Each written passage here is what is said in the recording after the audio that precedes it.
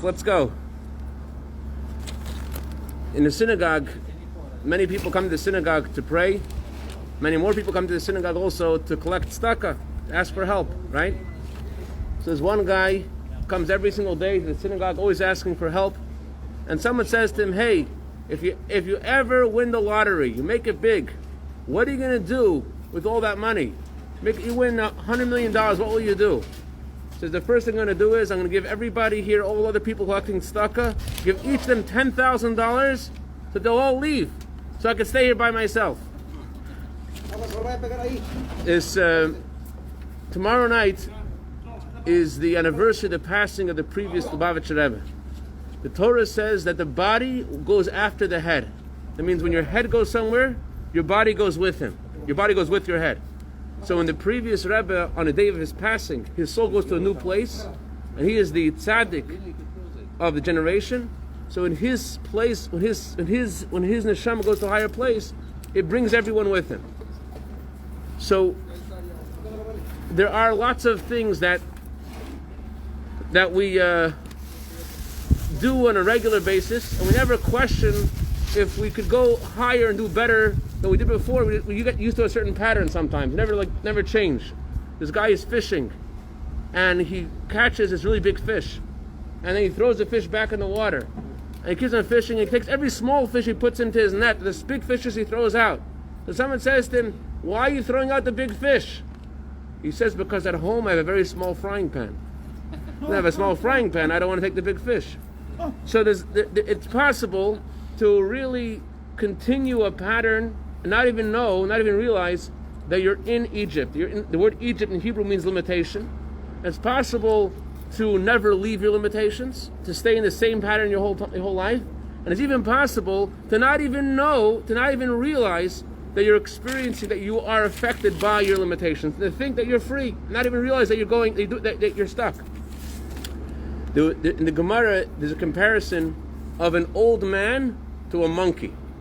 That's a really funny thing, because the Torah tells us how much we have to revere, and have to cherish and honor older people. If someone is older, you're supposed to stand up. You're supposed to honor someone who is older. And yet the Torah compares an old man to a monkey. Why is it compared to a monkey? Because a monkey, it says, the Kotzker Rebbe said, a monkey is very similar to a person. A monkey is sort of like a copycat to a person. How do you know when you're getting old? You know when you're getting old? When you start copying today what you did yesterday. Some people, every morning they get up in the morning, they say, today should be different than yesterday. Some people get up in the morning and they say, I wish tomorrow would be better than today. They go to sleep and they always want to change. Some people are satisfied with the status quo. They're satisfied where they are. They just want to stay where they are. And what happens is that it's possible because of different challenges people have, it's possible to bring yourself into a state of Mitzrayim, to bring yourself into a state of Egypt limitation. Rabbi Shabtai Savatitsky is a Rebbe's emissary in Belgium. He said this man he was very wealthy, and he had a fight with his wife. He got divorced. He had 3 daughters, and he went into depression. He went to psychologists, psychiatrists, and nothing really helped him. And someone told him to speak to this rabbi, Rabbi Shabtai, speak to him, maybe he could advise you. But everyone was really not helping him. He went to all these psychiatrists, spent so much money, but no one could help him. He didn't get along with his daughters. He had 3 daughters, and he was very wealthy, but no one was jealous of this guy because everything was very hard for him. Everything was really down. So he went to Rabbi Shabtai, and Rabbi Shabtai said to him like this. He says, I'm going to ask you a question. I want to ask you, before I ask you this question, please don't get angry at me for this question. But he said, don't answer this question right away. Think before you answer the question. You don't have to answer the question if you don't want to, but before you answer it, if you're going to answer it, think before you answer. Don't answer right away. So he asked him, the question was, what do you gain from all this depression? The guy jumps up, what do you gain from the depression? I can't stand this depression. It's bothering me. I'm going to all these psychologists, psychiatrists around the world because I can't stand the depression. What do you mean what I gain by the depression? But then he said, listen, just sit down, close your eyes and think. So he sat down, and he closed his eyes. It didn't take a minute, it took longer, but all of a sudden, with his eyes that were closed, he started to cry. crying and crying. He got up. He went. He says, "I understand." You know what was going on? This guy had issues with his daughters. He had issues with his wife, and issues that he felt that he could correct something about it, something he could do about it. What was his response to the things that he could change? Why didn't he change the things that he could change? I'm depressed. Because I'm depressed, I'm exempt from working on it. He didn't want to work on the relationship with his daughters. He didn't work on the relationship with his wife because he had an excuse. His excuse was, I am depressed. Because he is depressed, therefore he cannot do it. So he put himself into this Egypt. He put himself into this limitation. And often we do this. Often we accept the status quo to be a certain way, and this guy, Baruch Hashem, after this meeting with this rabbi, his whole life turned around. He took the wheel, he sat in the driver's seat, and he decided to make real changes and work on the relationship with his daughters. And Baruch Hashem, he's a fabulous life, thank God. So the Torah tells us, in every generation, every day, you have to look at yourself as if you left Mitzrayim. Every day you have to ask yourself, how did I leave Mitzrayim today? Every day, and when we were in Egypt, how did we leave Mitzrayim? What happened? This week's Torah portion talks about how we left Mitzrayim. There's 9 makot. There's 9 plagues. After 9 plagues, Hashem says, stop. We're going to stop the plagues for a second. We're going to give a little bit of days of vacation for the Pharaoh, and then we'll give him the next one. Now, you guys are all in business. When someone, like, you see in their eyes, a glint in their eyes, that they're interested, a customer, like, right, Ellie? Guys looking, you see. I'm not a random example. You see in his eyes. You can somehow tell in the guy's eyes like he's ready, right? You never say to him, "Oh, let's talk about it tomorrow." No. The moment you strike while the iron is hot, you know the guy is interested. Go right away. And here, Paro gets boxed in his solar plexus, in his head, in his ears, in his nose. There's 9 plagues. He's ready to let the Jews out. What happens afterwards? God tells Moses, "No, we're going to stop for a second. I want everybody to go take a sheep. Everyone could take a sheep, bring the sheep to their house, and they should tie the sheep to their bedpost and keep it there for 4 days, and then slaughter the sheep and offer it as a sacrifice, and then there'll be the next plague, and then you'll leave." Why stop in the middle? What's the meaning of stopping in the middle? What is that about? What's the meaning of taking the answer is, real Egypt, what is Egypt really about? Egypt is about our mind. Egypt is about where our mind is, what we feel. Not many people in life think, if only I had a new house, then things would be different. If only I had the vaccine, then if I only had an Aston Martin. Aston Martin? No, Aston Martin. Oh yeah, Aston Martin. Then if I had the S20, by the way, that's got the S20, it's not Mashiach. Anyways, if I had the S20, then things would be different. Everyone has these things. Shalom Aleichem. Grab a seat. Same price, front row seat, back row seat. Everyone has things in their life that they feel, if I only had this, things would be different. But the truth is, it's not that Egypt is not just a place on the map. It's not just a geographical location. You might be out of the state, out of the country of Egypt, but you still have Egypt inside yourself. So in order for the Jews to leave Egypt, God said to them, I want you to do something before you leave Egypt. I want you to get rid of the Egypt inside yourself. You could have all those things that you want. You're still going to be in Egypt. Egypt is freeing your mind, freeing your heart, freeing yourself from limitation. There was a very phenomenal psychologist named Viktor Frankl. Viktor Frankl was a student of Freud, and he was also a Holocaust survivor. He wrote an amazing book. I recommend the book for everyone. You read it? It's called Man's Search for Meaning. And in this book, he writes about one of his experiences in the concentration camps. He writes how, on the one hand, everyone totally lost all sense of humanness, in a way, in the concentration camp. For sure, the Nazis weren't human.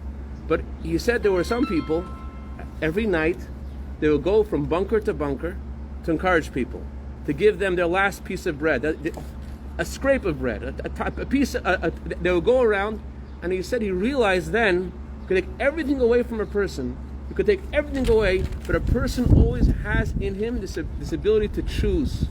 You can't take away from a person his free choice. Everyone always has within themselves this ability to choose and to find meaning and to find direction, no matter what you've lost. And that is the meaning of the two Mashiachs. It says in the Talmud there's two Mashiachs, Mashiach ben Yosef, Mashiach ben David. Why the two Mashiachs? The Sfat Emet said one Mashiach is meant to take us out of exile. The other Mashiach is make the exile out of us, take the exile from within us out of us. So it says in the Mishlei, it says Shlomo HaMelech says, don't love the foolish. Petayim ad matay te'avu peti.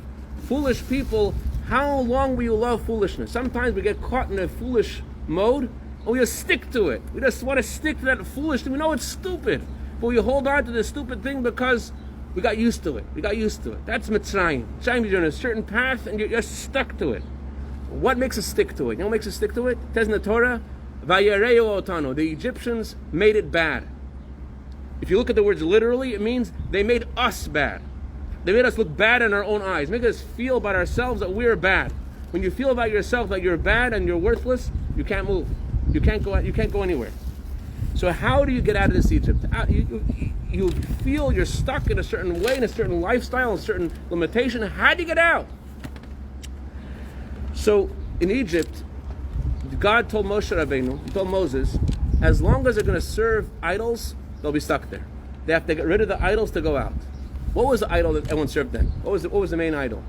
The main idol that everyone served in that time in Egypt was sheep. Right, guys? They all served the sheep. So God told Moshe Rabbeinu, I need them to get rid of this. Get rid of the idol worship. The Jews were also into idol worship. The Jews were also serving idols. The Or HaChaim says they weren't actually doing everything of the idol worship, but there was a certain kind of idol, certain kind of, just like today, we have certain kind of mentalities that we worship and we stick to. We know that they're really worthless. So what do they need to do? They need to take the sheep, and they need to roast the sheep on a spit, and keep the sheep in their house for 4 days, and then they eat it. What does that mean? The Baal Shem Tov once said that a Jew, give the following example. What's your favorite song, Ariel Binyamin? Your favorite song? All right. Give him one song you like. There was once this guy who walked in the street and he heard someone playing the violin. He loved the song. He loved the song so much he gave the guy $100, says, sing the song again. He does the song a second time. He gave him another $100, do it again. And the guy did it, he's a rich man, he did it again and again and again until he knew the song. Some people, they have a song playing in their head all the time. Ellie, what is the song? What are you doing? Anyways, all day. Right, that's his song. He's for sure, Eitan is for sure a guy with a song in his head all the time. He wakes up in the morning, has a song. Goes to work, he drops off the kid in school, there's a song. One day, this guy, unfortunately, he lost the song. He couldn't remember the song. So what did he do? He made an article in the newspaper. I'll give $10,000 to anybody who could tell me my song. So everyone comes, and they tried playing all these songs for him, but no one could get the song.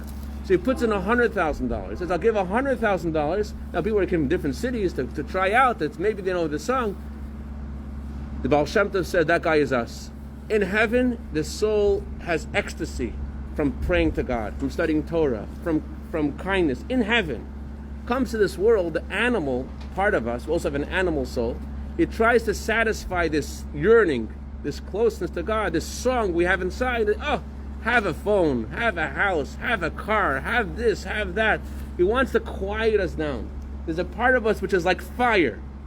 And the animal soul tries to put water into it. What's fire? Fire is different than other things in this world. It defies gravity. It goes upwards. There's a part of us that wants to be better, that wants to change, that wants to be different today than we were yesterday, to go higher. But the animal soul relax, and he puts a bunch of things in front of our faces. Do this, and to try to satisfy, to quiet down this fire. To go out of Egypt, what do you need? There's two qualities in a person. There's fire and there's water. Water means the ability to enjoy, ability to relax, the ability to breathe in, to breathe out. And fire is this part of you that has to be different, has to change, has to be more. Which do you need to go out of Egypt? Fire or water? Whoa. You need, first of all, 100% fire. That's why when they took the sheep, Torah says a couple of things. Number one is like this. You have to be very clear, you know what you're doing. They had to have a registration for the sheep. Everyone, it couldn't be like, your neighbor comes over to your house and says, hey, why is my God on your barbecue pit? So you can't say, I have no idea. No, there's a registration. They have a paper. They say, they say it says Eitan over here. It says you're part of this.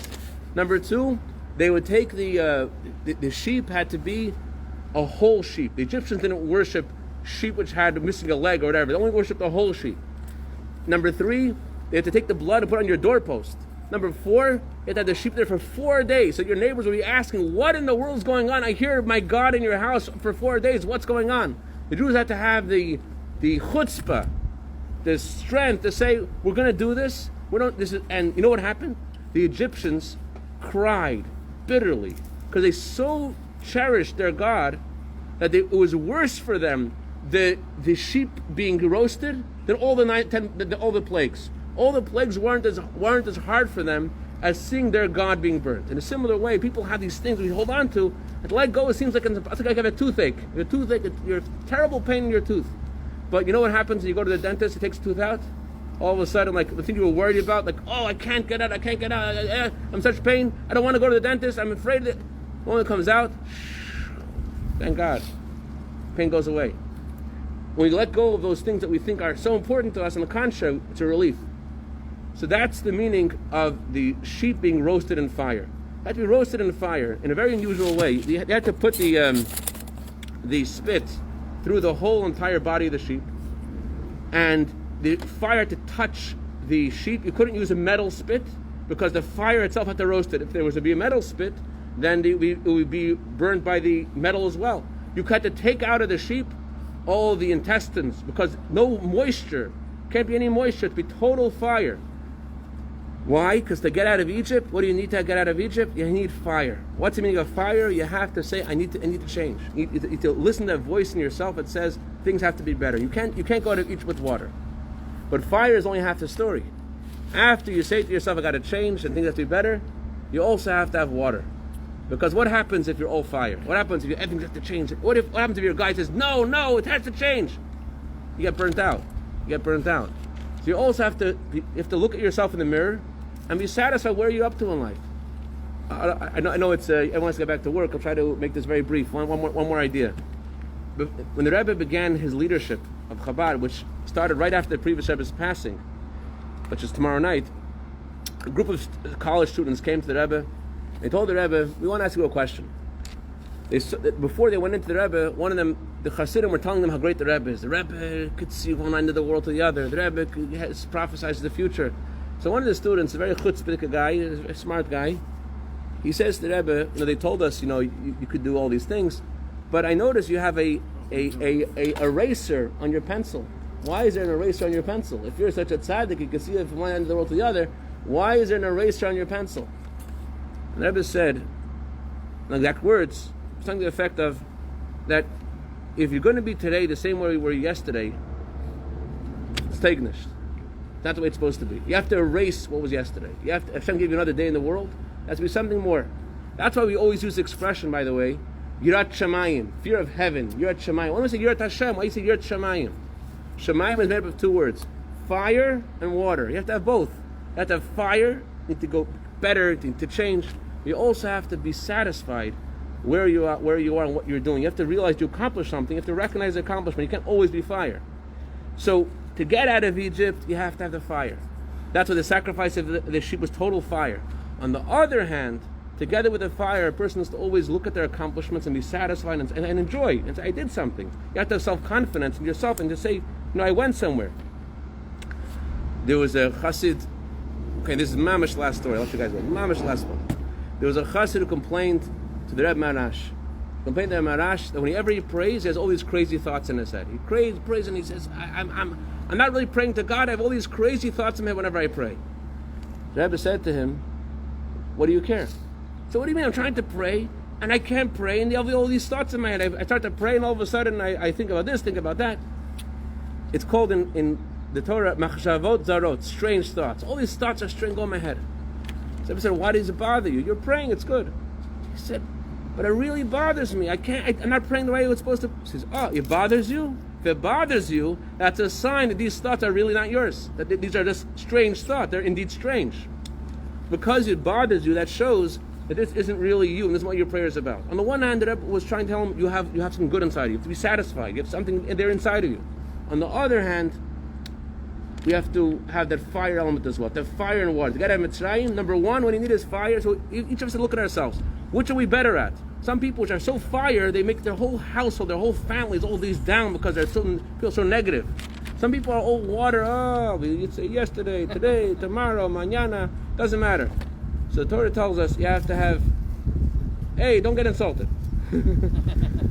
The Torah tells us we have to have both fire and water. You have to be satisfied and be happy and have pleasure from our accomplishments. At the same time, today we have to question where we are today and say with the fire, we have to invest and say today has to be something different. Until we get to Mashiach. Mashiach is the ultimate redemption of Mitzrayim. Mashiach is a time when we'll completely leave this exile and this Egypt inside of ourselves and in the world.